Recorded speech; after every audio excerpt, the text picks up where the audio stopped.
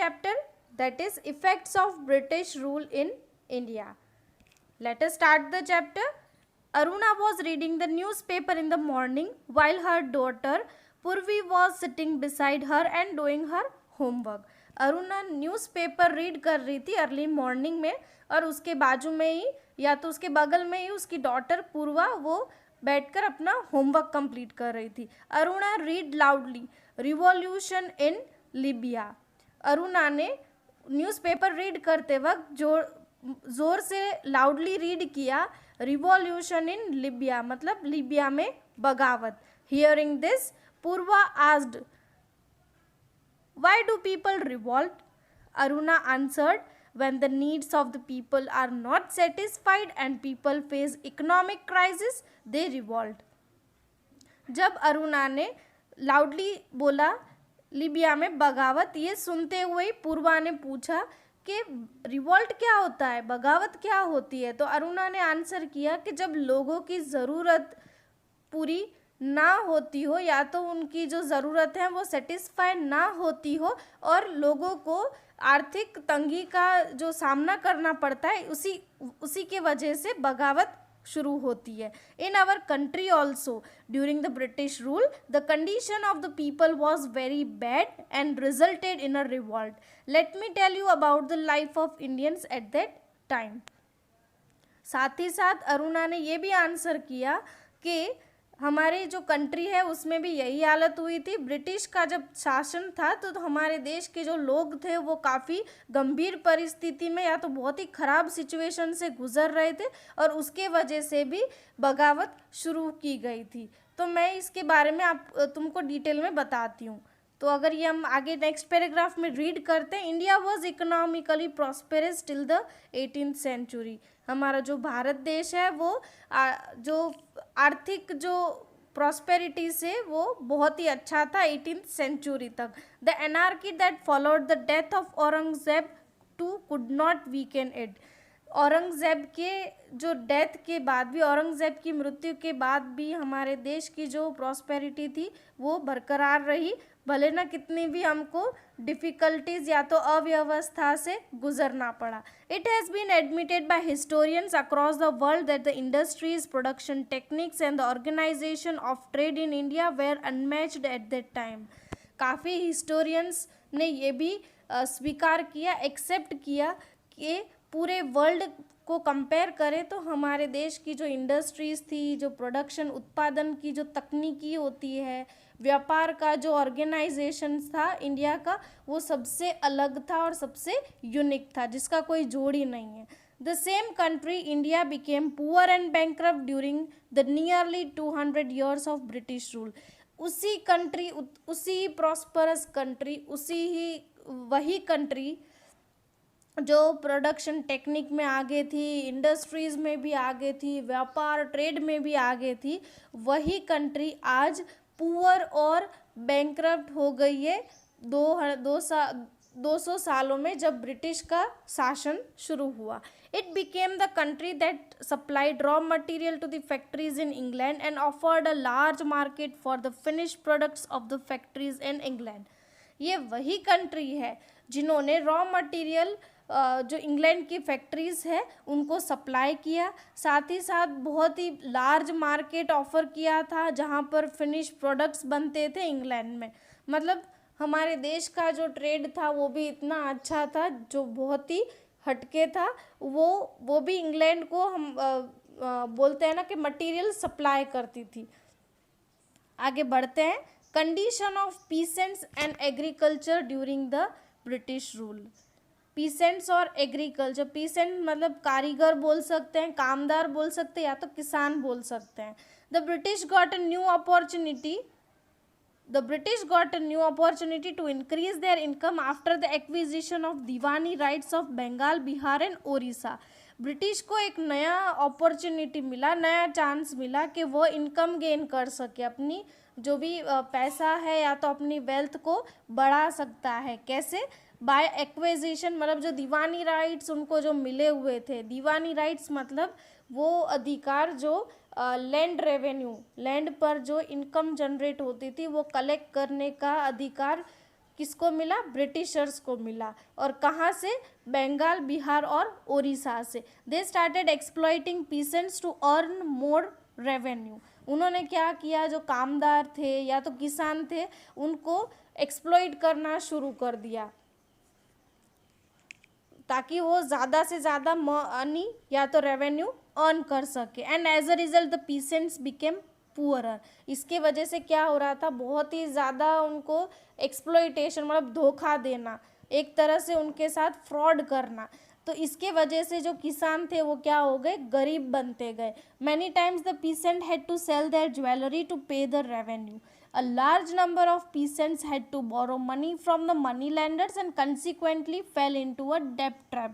इससे क्या हो रहा था? जैसे किसान गरीब होते जा रहे थे, तो काफ़ी बार तो ऐसे हुआ है कि वो जो कर्जा चुकाने के लिए किसान या तो क्या करता था? ज्वेलरी बेच कर भी कर्जा चुकाता था या रेवेन्यू चुकाता था, और या तो वो क्या करता था? किसान मनी लेंडर्स, जो मालिक होते थे, जो मनी लेंडर्स, उनके पास से पैसे उधार लेते थे और फिर अपना कर्जा चुकाते थे। पर काफ़ी बार ऐसे हुआ है कि वो जो अपना कर्जा है वो चुका नहीं पाते थे, इसलिए उनका कर्जा डे बाय डे बढ़ता जाता था। Farmers lost their land and agriculture suffered in many regions of India. इसके वजह से कर्जा ना चुकाने के कारण फार्मर्स ने काफ़ी अपने लैंड को बोलते हैं ना, लूज़ कर दिया अपनी लैंड को। और इससे क्या हुआ? फार्मर्स ने तो अपना लैंड लूज़ कर दिया, बट एग्रीकल्चर जो था, खेतीबाड़ी जो थी, हमारे देश का जो एग्रीकल्चर है, वो काफ़ी ऐसे भारत के रीजन्स में को भी उसके वजह से सफ़र करना पड़ा। Moreover Bengal witnessed a terrible famine in the year 1770 CE in which lakhs of people died of starvation. अब जैसे ही फार्मर्स ने अपनी ज़मीन खो दी, उससे क्या हो गया? एग्रीकल्चर पे भी असर पड़ा।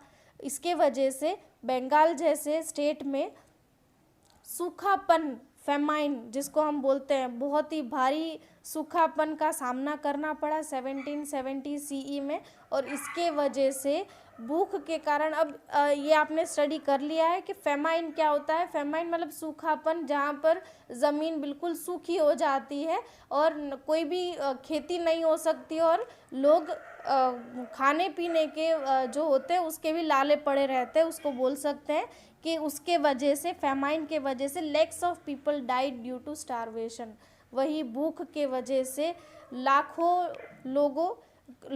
लोग मर गए। Governor general lord Cornwallis enforce permanent settlement act in order to collect revenue. Governor general जो लॉर्ड कॉर्नवालिस थे, उन्होंने एक परमानेंट सेटलमेंट एक्ट लागू किया। किसके वो एक्ट में क्या होता है कि आपको रेवेन्यू कलेक्ट करना रहता है। As per this act the company fix the revenue on an annual basis. अब इस एक्ट में क्या बदलाव आया कि इनको, जो भी फार्मर्स है या जो पीसेंट्स है, उनको एनुअल बेसिस पर ही पेमेंट करना रहता है, और कंपनी एनुअल बेसिस पे ही वो रेवेन्यू को वसूल करती है।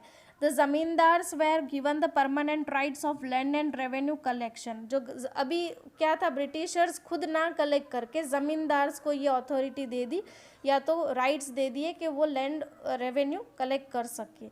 This is how a class of landlords loyal to the company was created. इससे क्या हो गया? लैंडलॉर्ड का एक ग्रुप बन गया, क्लास बन गया, और कंपनी ने वो ग्रुप बना दिया जिस पे वो लॉयल रह सके। This act also ensured the income of the company. Against this the peasant who worked hard in the hot sun to cultivate the land and grow crops were exploited. इससे क्या हो रहा था कि जो कारीगर थे या जो कामदार थे या तो किसान है, वो इतनी धूप में, कड़ी धूप में खेती करते थे और क्रॉप्स को उगाते थे, वो एक्सप्लॉइट हो जा रहे थे।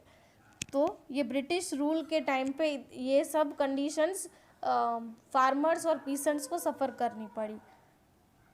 Moving to the next, that is effects on social life. Warren Hastings, the person who was given the job of collecting revenue, was known as a collector. Warren Hastings तो थे, उनको रेवेन्यू कलेक्ट करने का job दिया गया था, इसलिए उनको कलेक्टर के नाम से कंसीडर किया जाता था या तो जाने जाते थे। He also perform the function of a जज, उन्होंने जज का भी फंक्शन जो रोल होता है वो भी परफॉर्म किया हुआ था। The British system of administration destroyed our ancient system of self rule. In the ancient times every village was like a small Republic.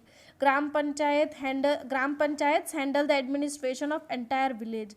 अब क्या हुआ, जो ब्रिटिश सिस्टम के वजह से जो एंशिएंट सिस्टम था, एंशिएंट सिस्टम में क्या था, खुद पर ही रूल करना, लेकिन ब्रिटिश सिस्टम ऑफ एडमिनिस्ट्रेशन के कारण ये रूल भी हट गया। पहले के ज़माने में क्या होता था, विलेज एक स्मॉल रिपब्लिक होता था, मतलब वो स्वतंत्र होते थे, एक विलेज है वो एक स्वतंत्र होता था। ग्राम पंचायत है वही हैंडल करता था पूरे एंटायर विलेज को, और पंचायत को बैकबोन माना जाता था उस विलेज में। These institutions of self-rule stood their ground even during the times of foreign invasion and Sultanate period, but were destroyed due to the administrative policies of the British. अगर short में मैं बताऊं तो ये सेल्फ रूल थोड़े समय के ही लिए ही रहा, और उसके बाद ब्रिटिश का जैसे जैसे शासन बढ़ता गया, सेल्फ रूल का एंड आ गया, और ब्रिटिशर्स ने ये जो सेल्फ रूल था उसको डिस्ट्रॉय कर दिया था। The policy of social reforms by the company made people feel insecure and suspicious. They felt that the government was trying to convert them to Christianity and destroy the Indian culture and religion forever. इससे क्या हो रहा था, अभी लोगों के मन में एक डर बैठ गया था कि शायद ब्रिटिशर्स हमारे कल्चर को डिस्ट्रॉय करके हमको मजबूर ना कर दे कि हम अपना कल्चर बदलकर क्रिश्चियनिटी का कल्चर फॉलो करें, और इससे ये लोगों में ये एक डर बैठ गया था। People believe that the Indian social system was deliberately undermined in the railways and military. लोगों का ये भी मानना था कि जो इंडियन सोशल सिस्टम है वो भारी मात्रा में रेलवेज और मिलिट्री के हाथों में आ गया था। An order was passed in Agra that every Indian has to salute the British. एक ऑर्डर आगरा से पास होकर आया था कि सारे भारतीय हैं उनको ब्रिटिशर्स को सैल्यूट करना है। If it was not done it was considered a crime and liable for punishment. अगर इंडियंस ने ब्रिटिशर्स को सैल्यूट नहीं किया तो अगर सैल्यूट नहीं किया तो ये क्राइम माना जाएगा और उनको पनिशमेंट भी दी जा सकती है। As a result there was a widespread sentiment of anger and hatred for the British among the Indians. इससे क्या हो गया कि लोगों में एक एंगर और हेट्रेड जैसा फीलिंग आ गया, किसके खिलाफ, ब्रिटिशर्स के खिलाफ।